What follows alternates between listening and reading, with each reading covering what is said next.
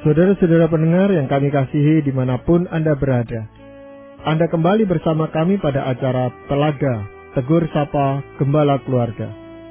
Saya Gunawan Santoso dari Lembaga Bina Keluarga Kristen, dan kali ini bersama Ibu Wulan Sarjana Teologia, kami akan berbincang-bincang dengan Bapak Pendeta Dr. Paul Gunadi. Beliau adalah seorang pakar dalam bidang konseling serta dosen di Seminari Alkitab Asia Tenggara, Malang. Perbincangan kami kali ini tentang makna mengasihi suami kepada istri. Kami percaya acara ini pasti akan sangat bermanfaat bagi kita sekalian. Dan dari studio kami mengucapkan selamat mengikuti. Pak Paul, beberapa waktu yang lalu, atau tepatnya pada kesempatan yang lalu, kita sudah memperbincangkan tentang perintah Tuhan, meminta si istri itu tunduk kepada suaminya. Dan kita akan lanjutkan perbincangan ini pada sisi suami gitu Pak Paul. Tapi sebelumnya itu, mungkin Pak Paul bisa jelaskan secara garis besar tentang makna ketertundukan istri kepada suami ini Pak Paul. Yang pertama adalah Tuhan memberikan perintah kepada istri ya untuk tunduk kepada suami, bukan karena perempuan mempunyai masalah dengan ketundukan dan pria tidak punya masalah dengan ketundukan. Ketundukan adalah masalah semua manusia. Jadi Tuhan memberikan itu bukan karena ada masalah dengan wanita ya dalam hal ketundukan. Ketundukan kepada seorang suami memang dikaitkan dengan ketundukan jemaat kepada Kristus. Jadi perlambangannya seperti itu. Dengan kata lain, Tuhan meminta wanita tunduk sepenuhnya. Sama seperti jemaat juga harus tunduk sepenuhnya kepada pria. Nah, pertanyaannya, mengapakah Tuhan kok menetapkan pria yang menjadi kepala? Sebab memang Tuhan Yesus adalah seorang pria sewaktu dia mengambil jasad sebagai seorang manusia. Jadi ya pengidentikan dengan Kristus saya kira jauh lebih masuk akal jikalau prialah yang diidentikan dengan Kristus sebagai kepala di sana. Dan kepemimpinan pria bukanlah kepemimpinan yang didasari atas paksaan atau penjajahan atau kekuatan, tapi atas pengorbanan. Jadi atas dasar pengorbananlah suami itu tuh menobatkan dirinya menjadi seorang kepala dalam keluarganya.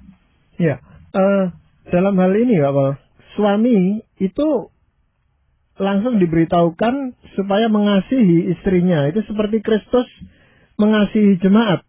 Dan yang telah menyerahkan dirinya untuk jemaat itu gitu Pak Paul ya. Iya. Dan ini pengertiannya seperti apa Pak Paul? Oke, untuk menolong kita mengupas ayat ini, saya akan mengangkat dua pertanyaan, yaitu yang pertama, mengapakah Tuhan secara spesifik menetapkan istri sebagai penerima kasih, seakan-akan pria tidak membutuhkannya. Ya, yang kedua adalah, apakah artinya kasihilah di sini ya? Sejauh manakah suami itu tuh mengasihi istrinya? Nah, coba kita lihat pertanyaan yang pertama terlebih dahulu. Mengapa Tuhan secara spesifik menetapkan istri sebagai penerima kasih? Apakah pria tidak membutuhkan kasih? Saya kira tidak demikian ya. Sama seperti istri, suami pun membutuhkan kasih. Jadi perintah ini diberikan bukan karena kasih merupakan kebutuhan istri dan bukan kebutuhan suami. Saya kira bukan itu ya.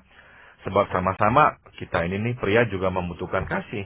Perintah ini juga diberikan bukan karena suami lemah dalam hal mengasihi istrinya.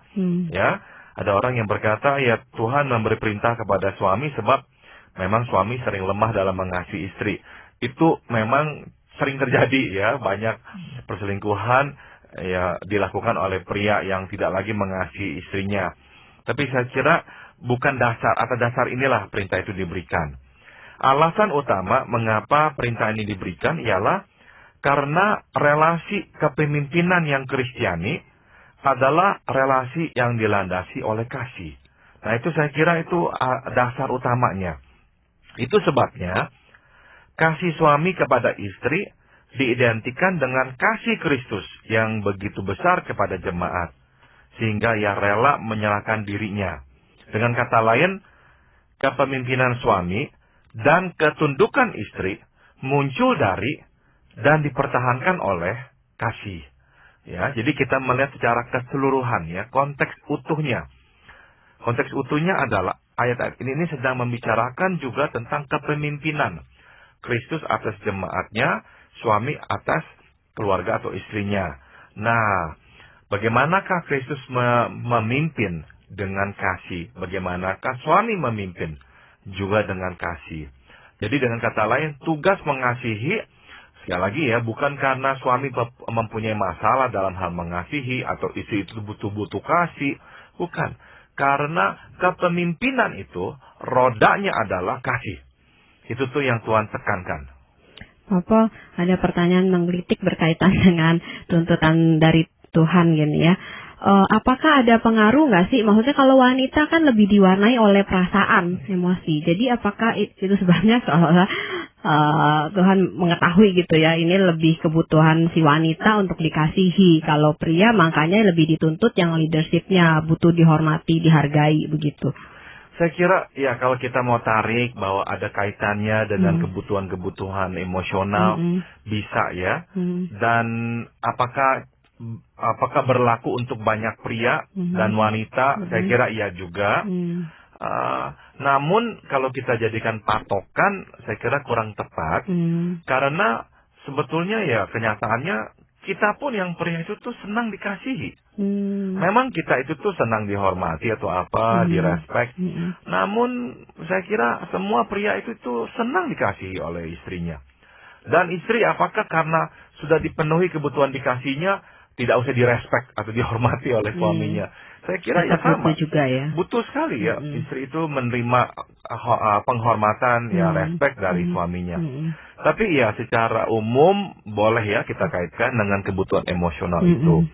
Tapi kalau kita kembali kepada firman Tuhan, saya kira yang sedang Tuhan bicarakan bukanlah kebutuhan emosionalnya pria dan wanita. Melainkan itu ya, Tuhan sedang membicarakan bagaimanakah keluarga itu tuh bisa berdiri dalam kondisi harmonis. Bagaimanakah keluarga itu tuh mengatur dirinya. Aturan-aturan pedoman apakah yang bisa dijalankan ya oleh suami dan istri. Nah, Paulus kemudian memberikan rumusnya. Rumusnya adalah relasi Kristus dan jemaat, yaitu relasi kepemimpinan. Namun, roda kepemimpinan itu tuh dijalankan dengan kasih. Maka Paulus berkata, suami kasihi. Sebab kalau engkau tidak mengasihi istrimu, roda kepemimpinanmu macet. Seolah begitu. Tapi ada seringkali ini Pak Paul, suami itu yang pertama-tama sulit mengungkapkan kasihnya. Karena ditanya, dia mengasihi istrinya. Cuman mengekspresikan kasihnya kepada istrinya itu dia kaku. Mengalami kesulitan. Sehingga istrinya juga merasa bahwa suaminya tidak mengasihi dia. Nah, lalu ada lagi kasus yang baru saja teman saya itu ceritakan. Istrinya itu menggunakan senjata kasih itu tadi Pak Paul. Suaminya ditanya, kamu mengasihi aku enggak? Dia mengasihi, ini pengantin baru ceritanya.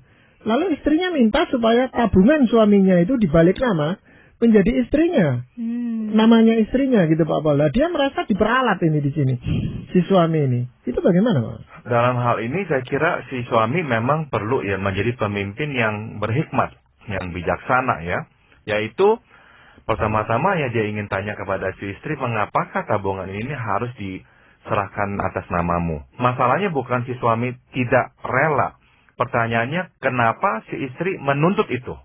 Nah, saya kira tuntutan si istri mudah-mudahan ya tidak ada yang lebih buruk dari ini ya. Tapi saya kira bisa jadi memang ya ada motif tertentu ya. Yaitu ingin menguasai harta si suami. Nah, memang dalam pernikahan, harta suami dan istri menjadi harta bersama ya. Namun kalau sampai seseorang menuntut bahwa ini harus menjadi hakku, itu ya cukup mendebarkan jantung menurut saya. Membuat saya juga berpikir apa artinya ya? Apa artinya di belakang ini nih? Kok sampai harus menuntut seperti itu? Jadi sebaiknya apa yang dilakukan dalam kasus seperti ini?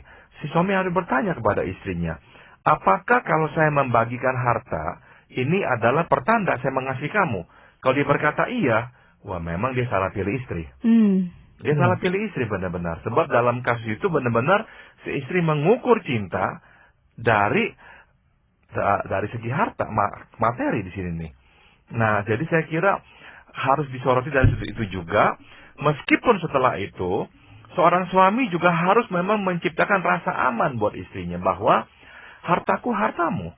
Dan kau boleh memakai uang, memang kalau itu perlu dan itu baik, engkau boleh pakai meskipun itu atas namaku. Jadi apakah perlu langsung atas nama dua orang dan sebagainya? Memang tidak terlalu perlu.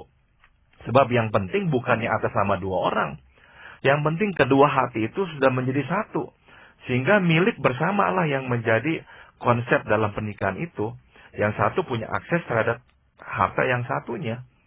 Namun sekali lagi kalau sudah mulai memunculkan tuntutan, ini harus namaku, ini harus namaku.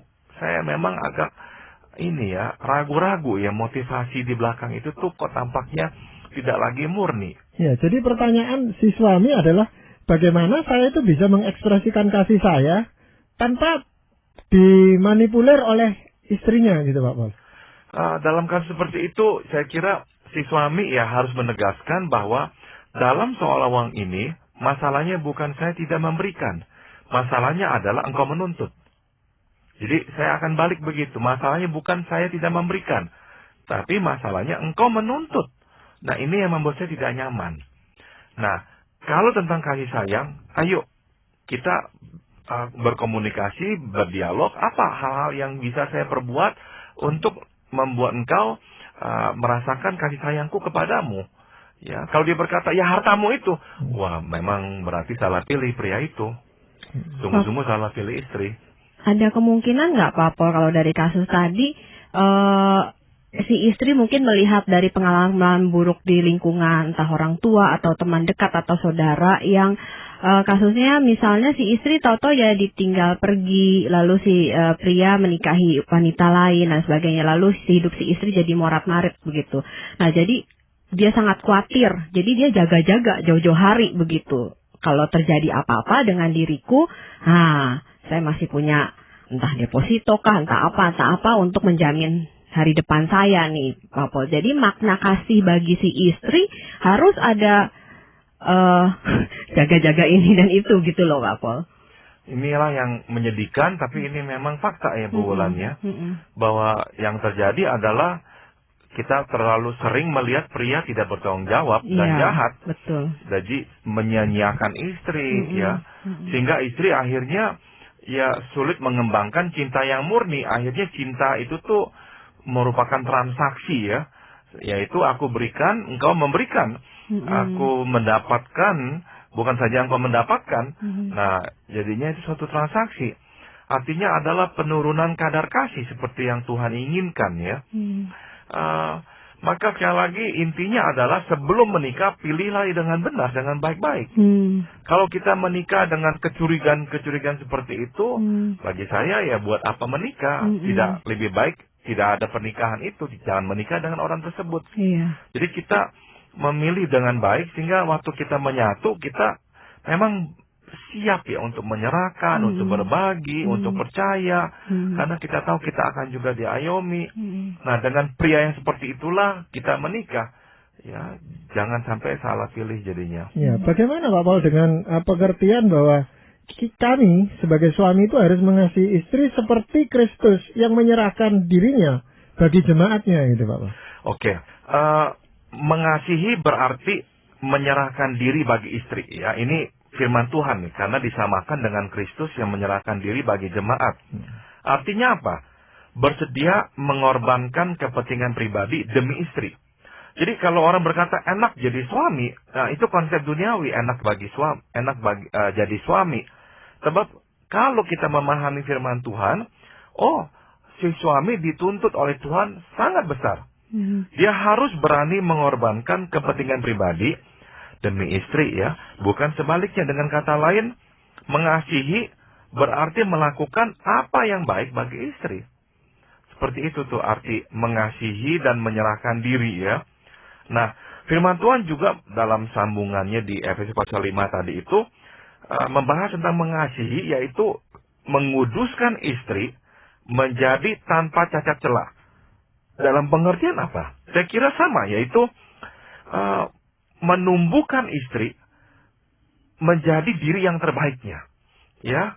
Jadi dalam relasi dengan kita sebagai suami, istri kita itu tuh bertumbuh menjadi diri terbaiknya. Ya. Suami diminta untuk merawat istri ya di sini ya. Jelas Alkitab berkata menguduskannya menjadi suatu persembahan yang tanpa cacat celah ya. Jadi diminta untuk merawat istri bukan untuk merusak istri ya. Sehingga kebutuhannya baik emosional maupun jasmania terpenuhi dan si istri bisa hidup dengan tentram. Dalam pertemuan saya dengan klien ya yang membutuhkan bantuan, konseling, saya memang ya seringkali harus bertemu dengan istri secara alegoris ya, secara perumpamaan saya katakan penuh dengan kerut-kerut, penuh dengan cacat. Maksudnya adalah mereka penuh dengan tekanan hidup ya. Mengapa? Sebab suami mereka tidak merawat mereka, tidak memenuhi kebutuhan-kebutuhan mereka. Malahan yang sering terjadi ya disia-siakan, dikhianati. Nah, jadi mereka bukan menjadi persembahan yang kudus tanpa cacat, justru menjadi penuh dengan kerut-merut ya, penuh dengan tekanan-tekanan. Jadi sekali lagi ya, keindahan itu tuh akhirnya dirusakkan oleh si suami. Nah, ini adalah justru yang Tuhan larang. Maka Tuhan katakan, engkau harus mengasihi istri, merawatnya, nah menjadikannya seperti persembahan yang tanpa cacat itu. Ya, secara konkret gitu Pak Paul. Penyerahan diri suami kepada istri itu seperti apa Pak Paul? Misalkan dalam pengambilan keputusan, si suami selalu harus memikirkan juga kepentingan istri. Seringkali kita ini sebagai pria ya, dalam mengambil keputusan kita jalan sendiri. Kita mengabaikan apa yang baik bagi istri kita pula ya. Nah, yang Tuhan minta adalah sebagai pemimpin yang baik, yang Kristiani, kita memikirkan kepentingan istri kita pula. Misalkan, gara-gara mendapatkan promosi kerja, kita harus pindah. Tapi kalau kita pindah, kita itu tuh ya tahu ya bahwa istri kita itu akan sangat-sangat sengsara. Karena dia harus kehilangan keluarganya atau apa. Nah, kita harus memberi kesempatan kepada istri kita menggumuli. Ya, tidak langsung kita menetapkan akan pindah. Kamu ikut saya. Karena kamu istri, kamu harus tunduk. Enggak. Pemimpin yang dimaksudkan oleh Tuhan, pemimpin yang memikirkan kepentingan istrinya. Jadi dia harus bertanya, bagaimana pendapatmu tentang ini? Saya tidak setuju. Nah, biarkanlah bergumul dalam ketidaksetujuan itu tuh. Kalau sampai akhirnya istri bersedia pindah, ya baru pindah. Kalau memang tidak bersedia, saya kira memang harus ada suatu pengorbanan. Ya, kalau kita putar situasi juga sama. Misalkan, istri kita yang ingin pindah, kita nggak ingin pindah. Nah, kita mau nggak dipaksa pindah? Kita pun mungkin juga berat. Nah, maka berikan waktu ya, berdialoglah terus, lihat pilihan-pilihan yang di sana dan sebagainya. Baru akhirnya ambil keputusan bersama. Pak Paul, kalau kembali ke penjelasan tadi, Pak Paul, tentang merawat atau memenuhi kebutuhan istri ya Pak Paul. Kenapa ya kalau saya perhatikan gitu, lebih banyak pria mengkaitkan masalah ini dengan mencukupkan kebutuhan secara materi aja gitu. Kebutuhan emosi itu seolah-olah ya itu bahkan terabaikan banget begitu. Terlebih lagi bagi masyarakat Chinese gitu ya, yang Toto begitu. Kebanyakan pria memiliki keterbatasan ya, memahami alam perasaan dan alam pikiran. Ya, jadi hal-hal yang berkaitan dengan perasaan itu sesuatu yang asing buat pria. Itu memang adalah saya kira keterbatasan pria. Oleh karena itu waktu istri berbahasa emosi, si suami itu tuh tiba-tiba keluh, tidak bisa menanggapi ya dengan bahasa emosi yang sama ya. Nah, inilah gap yang ada memang antara suami dan istri. Jadi ya si istri bisa menolong si suami ya, mengajarkan inilah yang saya butuhkan. Kalau saya lagi merasakan begini, ya yang saya rindukan darimu adalah ucapan-ucapan seperti ini. Atau sentuhan-sentuhan seperti inilah yang aku sebetulnya dambakan darimu. Jadi istri memang perlu ya memberikan pengajaran-pengajaran seperti ini agar suaminya akhirnya bisa ya lebih peka dengan apa itu yang menjadi kebutuhan si istri. Memang buat suami itu sebenarnya lebih gampang memenuhi kebutuhan-kebutuhan materialnya daripada memenuhi kebutuhan emosionalnya itu Pak Paul. Betul. Karena sekali lagi memang ya dunia emosi buat kebanyakan pria adalah dunia yang asing ya. Jadi daripada harus memasuki dunia yang asing, pria kebanyakan ya tidak lagi memasukinya. Tapi belajar untuk memberikan itu saya memahaminya sebagai suatu pengorbanan itu. Itu pun pengorbanan betul. Ya, berarti dia harus berani mendengarkan permintaan istrinya yang dia tahu dia belum bisa lakukan. Kadang-kadang karena dia tidak bisa lakukan dan diminta, dia marah. Ya, pria kadang-kadang begitu.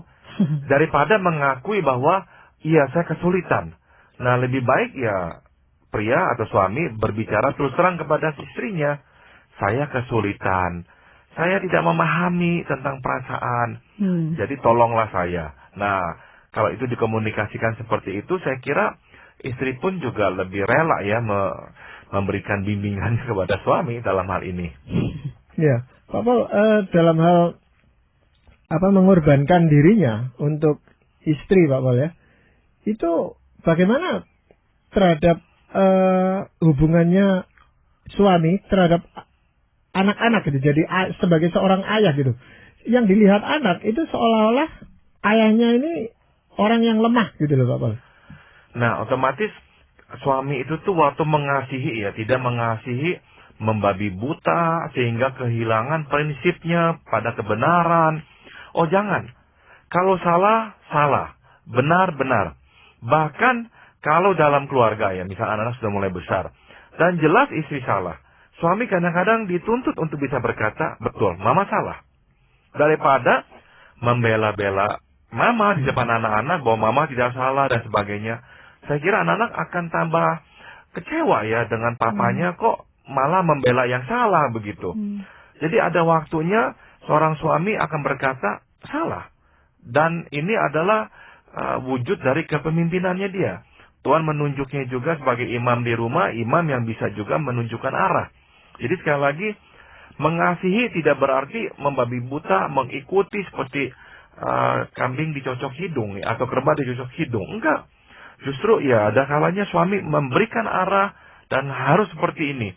Dan saya kira dalam kasih ya, kalau dibagikannya dengan kasih, istri pun menghargai suami yang bisa memberikan arah. Kadang-kadang dalam konseling, inilah yang saya dengar dari wanita tentang suami mereka ya, yaitu karena suami itu tuh tidak begitu memperhatikan tentang keluarga mereka, suami itu tuh jarang sekali tuh memberikan arah, harusnya begini dan sebagainya. Dan istri seolah-olah kehilangan panduan. Dia membutuhkan suami yang menjadi kepala. Nah kadang-kadang justru suami-suami ini sama sekali tidak berfungsi sebagai kepala. Maunya jadi jempol, ikut-ikutan aja. Kaki kemana ikut situ.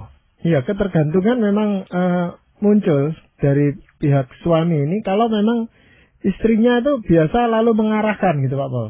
Iya. Jadi dia lebih baik seolah-olah jadi tidak berinisiatif gitu. Iya. Jadi sebisanya suami ya memberikan pendapat ya. Jangan akhirnya semua bergantung pada istri. Oh tidak. Karena respek istri itu tuh dibangun di atas ya inisiatif si suami ya. Namun kebergantungan walaupun ya suami itu harus mendengarkan juga masukan istri, sekali lagi kita harus ingatkan jangan sampai kebergantungan suami kepada istri itu melebihi kebergantungan suami kepada Tuhan. Pokoknya istri yang bisa ngatur dah, yang penting beres deh gitu. Tuhannya di nomor 2. Seolah-olah ya tidak perlu ada Tuhan, yang penting ada istri saya yang bisa ngatur, semuanya akan beres. Nah itu kalau sampai seperti itu saya kira salah. Pak Paul, konteks ini kayaknya cocok dengan ada seringkali muncul slogan-slogan dikatakan ada kelompok pria-pria atau suami yang takut istri begitu.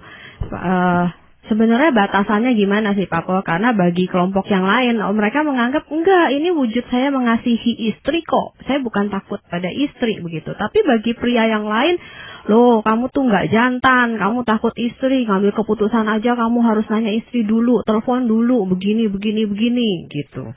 Memang itu adalah buah dari buah. Itu adalah buah ini ya, budaya yang keliru ya, bahwa suami itu tuh seperti raja ya, dan raja itu tuh tidak perlu dibisiki oleh siapapun. Tapi kita tahu raja yang tidak menerima masukan dari tangan kanan tangan kirinya atau penasihatnya, raja yang bodoh.